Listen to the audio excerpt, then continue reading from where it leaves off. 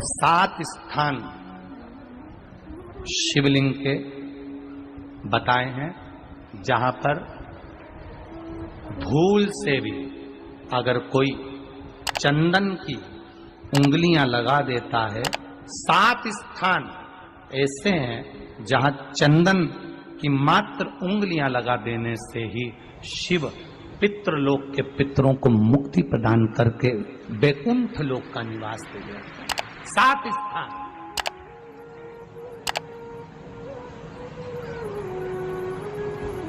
और वो 7 स्थान जो चंदन के बताए गए हैं, पहला भगवान देवाधिदेव महादेव के शिवलिंग पर चंदन का लेपन। समझ लेना जरा बहुत अच्छे से। आपको लगता है स्वप्न में कोई मुर्दे दिख रहे हैं या कोई जल रहा है या कोई मर रहा है या कोई चला गया है, ऐसा भय लगता है। बच्चों को मानी भेजूंगी ऐसा हो जाएगा, पति को मानी भेजूंगी ऐसा हो जाएगा, कोई हमारे कोई गलत तो नहीं कर रहा है, आपको लगता है। 7 स्थान चंदन के बताएं महाराज। पहला शिवलिंग, दूसरा जहां गणेश जी का स्थान है, मालूम है ना सबको, जम के बोलो जरा, मालूम है ना सबको, जहां गणेश जी का स्थान है वहां अलग से गणेश जी बैठे, वहां नहीं। शिवलिंग में जलाधारी के ठीक सामने राइट में गणेश, लेफ्ट में कार्तिकेय, बीच में अशोक सुंदरी। तो पहला चंदन बाबा के शिवलिंग पर, दूसरा गणेश जी पर चंदन की उंगली, तीसरा षडानंद कार्तिकेय पर चंदन की उंगली, चौथा अशोक सुंदरी पर चंदन की उंगली, पांचवा जलाधारी पर चंदन की उंगली, छठा जो शिवलिंग का जल बह रहा है इसके ठीक विपरीत की ओर चंदन की उंगली, और 7वां चंदन नंदी के मस्तक के ऊपर जो 2 सींग लगे रहते हैं उस पर चंदन की उंगली। ये कब लगाई जाती है? या तो अमावस्या के दिन। आपको लगता है कि हमारे पूर्वजों का उद्धार नहीं हुआ, हमारे पूर्वजों का कल्याण नहीं हुआ, कहीं अधोगति में कोई चला गया है, उसका बस एक बार, रोज नहीं जरूरत है, प्रतिदिन जरूरत ही नहीं,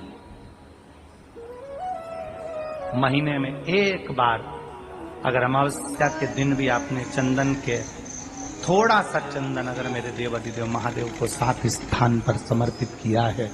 अशोक यहाँ पर वर्णन कर रही है, मैना, धन्य और कला की कथा कह रही है। तीनों ने सनकादि ऋषियों से मांगा। चंदन भगवान को अति प्रिय होता है और चंदन ही एक ऐसा होता है जो पितरों को भी प्रिय होता है, जिसका स्पर्श मात्र लगने से पूर्वजों का कल्याण हो जाता है, वो चंदन का। अमावस्या के दिन जो नदी, तालाब, बावड़ी, कुआं किसी भी एक जगह पर अपने पूर्वजों का नाम लेकर शाम के समय पर दिया लगाएगा, ये मेरा विश्वास रहता है, उसके लिए कुबेर भंडारी भंडार जरूर बनेगा, पितृ भंडार। अमावस्या, तुलसी की लकड़ी पानी में घुमाकर, लकड़ी नहीं हो तो माला तो होगी ही, जल में भ्रमण कराकर, जल में घुमाकर, तुलसी की लकड़ी को जल में डालकर स्नान जो करता है, मात्र घुमाना है, लकड़ी डालकर नहीं रखना है, घुमाकर अपने पूजन वाले स्थान पर रखना, या पानी में पहले से घुमा लो, उस पानी को ले जाकर डाल दो। अमावस्या स्नान जो जीव करता है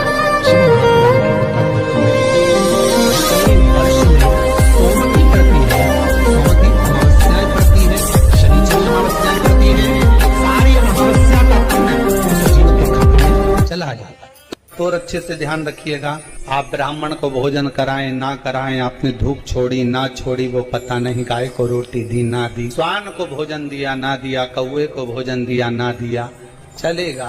पर अमावस्या के दिन, उस दिन प्रदोष काल में, प्रदोष के समय पर, शाम के समय पर जाकर किसी भी नदी, तालाब, बावड़ी, कुआं, कहीं ना कहीं जो आपके पास में हो, वहां पर एक घी का दिया, पत्ती का मुंह दक्षिण की ओर कर अवश्य जलाकर आ जाना, सारे पितृ दोष समाप्त हो जाएगा। निवेदन है, माताओं से निवेदन है, मान लो आपको कोई ब्राह्मण देवता ने कहा कि आपके यहाँ पितृ दोष है, तो आपको घबराना नहीं है कि महाराज जी मुझे क्या करना पड़ेगा, पितृ दोष है एक चावल का दाना घर में से लीजिए, हथेली पर रखिए, पानी का जो मटका होता है, हंडा होता है, पानी का जो मटका है, हंडा है, जहां पर रसोई घर में तुम पानी रखते हो, उस हंडे के पास में, मटके के पास में उस चावल के दाने को लेकर जाइए, अपने पितरों का स्मरण कर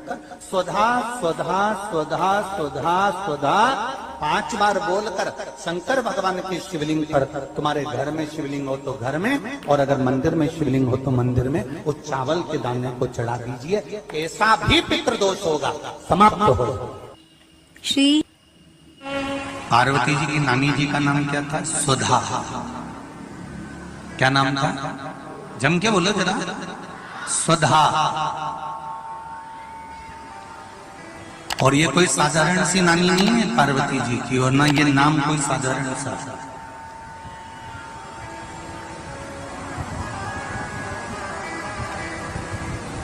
ये वो सुधा है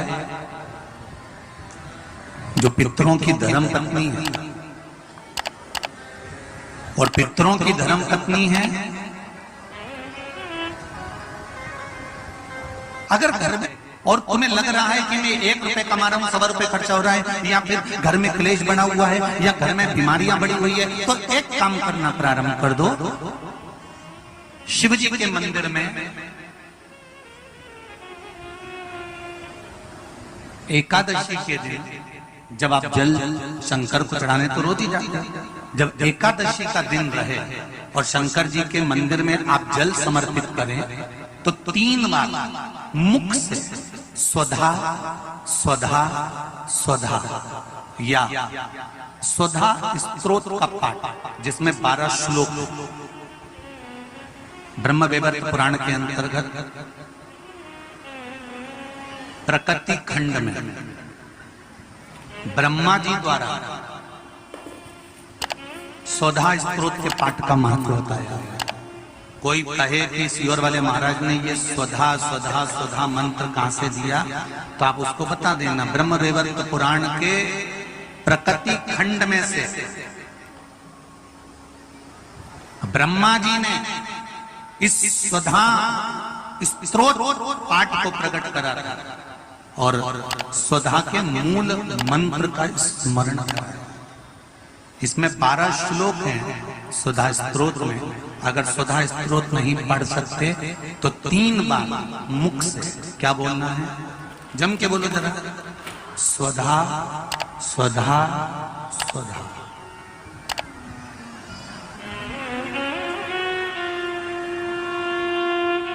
पीछे धा है, हा नहीं तो तुम स्वाहा स्वाहा स्वाहा कर। पीछे क्या है? धा, धनुष वाला। फिर से एक बार बोलिए 3 बार। स्वधा स्वधा स्वधा। और एक बात और ध्यान दीजिएगा,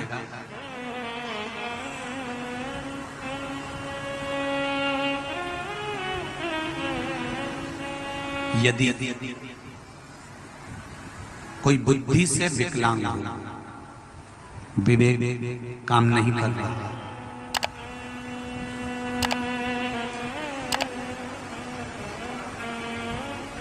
अगर विवेक काम नहीं कर रहा हो, माइंड से कोई कमजोर हो, तो जब स्वधा के नाम से आप शंकर भगवान को जल समर्पित करें,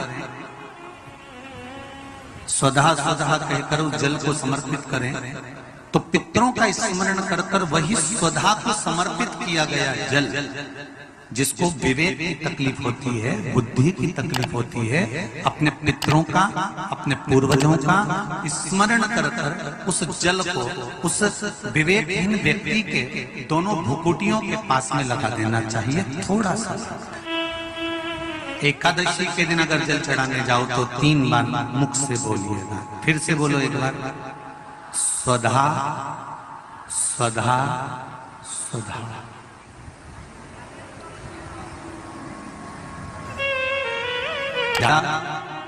पितृदोष हो, ज्यादा तकलीफ चल रही हो, बहुत ज्यादा कष्ट में हो, तो शिव मंदिर में बैठकर या घर के मटका परिंदा या पूजन वाली जगह पर बैठकर 12 श्लोक का सुधा स्तोत्र का पाठ भी कर सकते।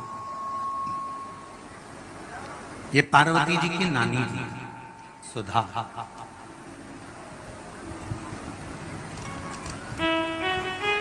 जो भगवान शिव का अभिषेक करना, पूजन करना, अर्चना करना, मंत्र जाप करना, स्मरण करना, नित्य प्रति शिव पूजन में डूबी रहना, इनका एक ही काम था। थी पितरों की पत्नी,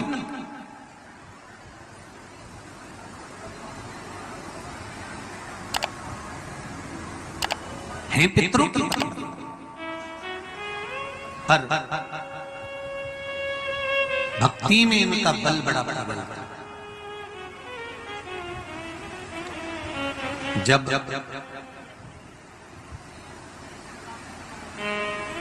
मैनावती के गर्भ से गंगा मैया का जब प्रागट्य हुआ था और प्रागट्य होने के बाद में संतान आगे नहीं हुई, तब माता मैनावती ने सुधा माता से पूछा था कि माँ मेरे गर्भ से और संतान नहीं हो रही। तब सुधा ने उनको शिव आराधना का भाव बताया था। तब मैनावती के गर्भ से पुत्र हुआ था जिसका नाम मैनाक पर्वत हुआ था। मैनाक पर्वत के होने के बाद फिर मैनावती के गर्भ से एक बेटी का जन्म हुआ था जिसका नाम माता पार्वती थी।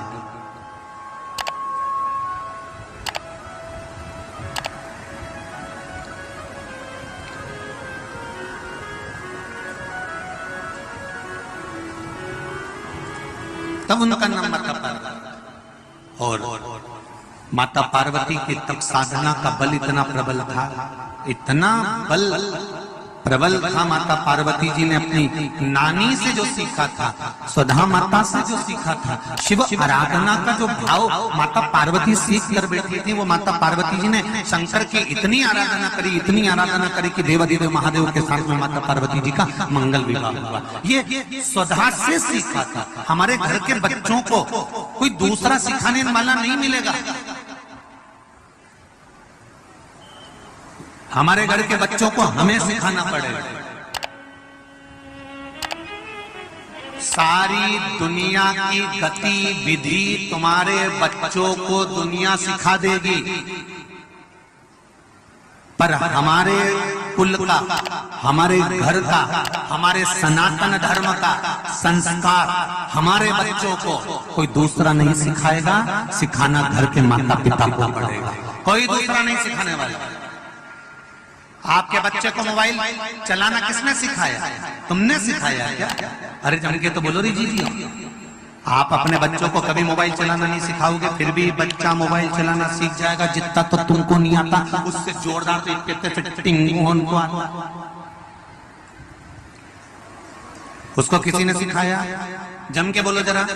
नहीं, अपने आप सीख गया। क्योंकि आज की जो जनरेशन है, आज के जो बच्चे हैं, इनको कुछ सिखाने की जरूरत नहीं होती। आज के बच्चे अपने आप टीवी देख देख के, जो माताएं दिन भर डॉक्टर कह देता बेड रेस्ट करो, और बेड रेस्ट मतलब पलंग पे पड़ी रहो, दिन भर नाटक देखती रहो, तो नाटक देखते देखते देखते देखते देखते देखते वो अंदर से जो देख रहा। श्री शिवा नमस्तुभ्यम, हर हर महादेव। दोस्तों, जैसे कि गुरुजी ने अमावस्या के दिन का उपाय बताया है, इतने उपाय में से जो भी उपाय आपको सरल लगे, करने में जो भी आपको सही लगे, उस उपाय को आप लोग जरूर करिएगा। जितने भी पितृ दोष आपके घर में होंगे सब समाप्त हो जाएगा, पितरों को शांति मिलेगी। अमावस्या का दिन जो होता है ये पितरों का होता है। जैसे जैसे गुरुजी ने चावल का उपाय बताया, 7 चंदन का उपाय बताया, और जैसे गुरुजी ने और जो सारे उपाय बताए, इन सब उपायों को आप ध्यान से सुनिएगा, और जो समझ में आए, आपको सरल लगे, उस उपाय को आप अपने पितरों के लिए जरूर करें, जिससे कि आपके घर में शांति बनी रहे, सुख संपद धन संपदा बनी रहे। श्री शिवाय नमस्तुभ्यम। दोस्तों, मिलते हैं नेक्स्ट वीडियो में नए उपाय के साथ। तब तक के लिए हर हर महादेव। अगर आपको शिव महापुराण से जुड़ी जानकारी आपको चाहिए, या आपको जो भी उपाय करना है, आप हमारे चैनल को सब्सक्राइब करें, जिससे कि जो भी हम वीडियो या उपाय डालें आप तक जल्दी से पहुंच सके और उपाय को आप कर सकें। अब वीडियो को